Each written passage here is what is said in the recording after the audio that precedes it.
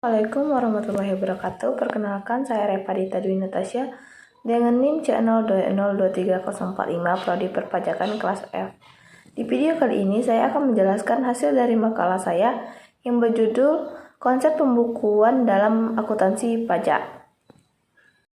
Pertama, saya akan menjelaskan apa itu pencatatan dalam akuntansi pajak. Menurut Undang-Undang Nomor 6 Tahun 1983 tentang Ketentuan Umum dan Tata Cara Perpajakan, sebagaimana telah beberapa kali diubah dengan Undang-Undang Nomor 28 Tahun 2007, Pasal Ayat 29, pembukuan adalah suatu proses pencatatan yang dilakukan secara teratur untuk mengumpulkan data dan informasi keuangan yang meliputi harta, kewajiban, modal, penghasilan dan biaya, serta jumlah perolehan dan penyerapan barang atau jasa yang ditutup dengan menyusun laporan keuangan berupa neraca dan laporan laba rugi untuk periode tahun pajak tersebut. Yaitu, tujuan dari pembukuan dalam akuntansi pajak yaitu A. Menghitung pajak terutang dengan akurat, yaitu pembukuan menyediakan data yang akurat untuk menghitung berbagai jenis pajak seperti PPh, PPN, dan PPNBM.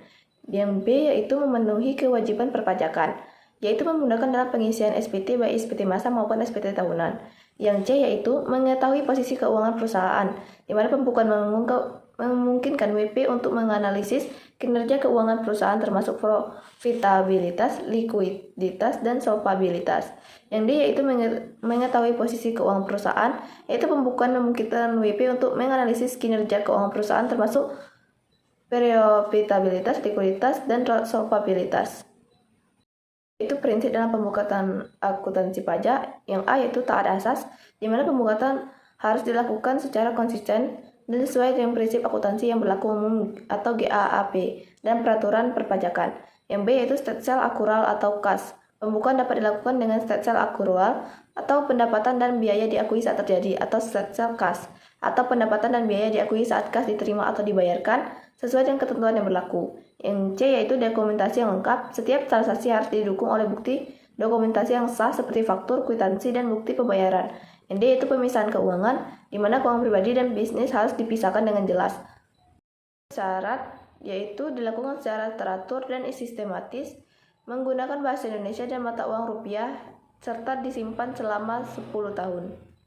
Itu kewajiban pembukuan yaitu A. Wajib pajak badan, B. Wajib pajak orang pribadi yang melakukan kegiatan usaha atau pekerjaan bebas, C. Itu wajib pajak orang pribadi dengan omset lebih dari 4,8 miliar dalam setahun. Sanksi jika tidak melakukan pembukuan. Wajib pajak yang tidak melakukan pembukuan dikenakan sanksi sesuai dengan peraturan perpajakan yang berlaku. Sanksi tersebut dapat berupa denda atau sanksi administrasi lainnya. Itu tingkat kepatuhan wajib pajak dalam penyelenggaraan pembukuan. Pengertiannya yaitu secara umum tingkat kepatuhan WP dalam penyelenggaraan pembukuan bervariasi tergantung pada berbagai faktor. Upaya terus-menerus diperlukan untuk meningkatkan kepatuhan WP demi tercapainya sistem perpajakan yang efektif dan adil.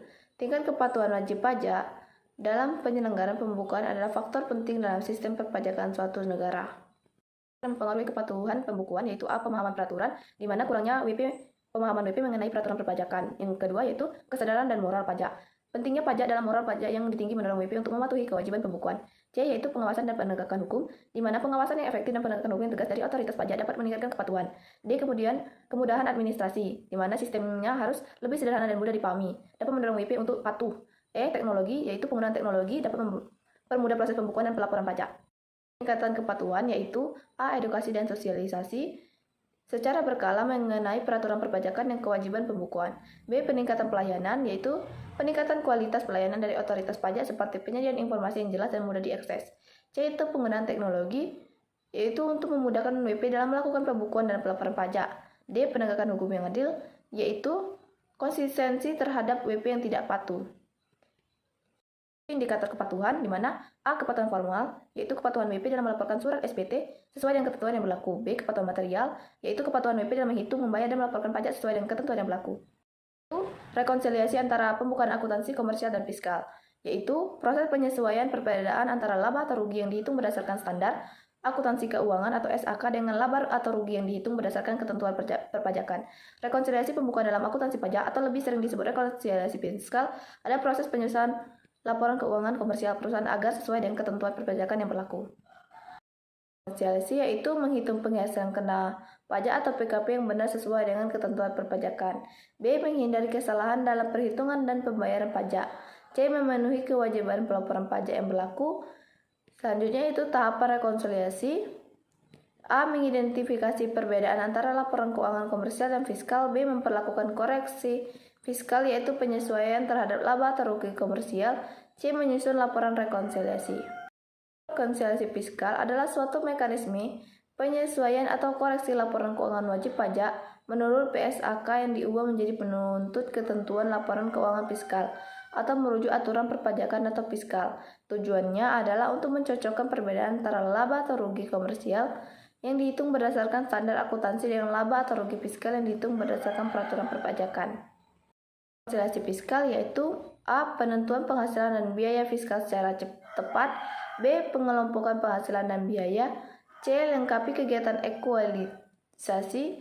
D. Data rekonsiliasi fiskal dapat merespon konfirmasi data KKP. Selanjutnya itu pentingnya rekonsiliasi fiskal. A. Rekonsiliasi fiskal dapat penting bagi perusahaan untuk memastikan bahwa perhitungan pajak yang dilakukan sudah benar dan sesuai dengan peraturan yang berlaku. B. Dengan melakukan rekonsiliasi fiskal secara tepat, perusahaan dapat menghindari risiko sanksi atau denda dari otoritas pajak. Dapat saya sampaikan, saya akhiri. Assalamualaikum warahmatullahi wabarakatuh.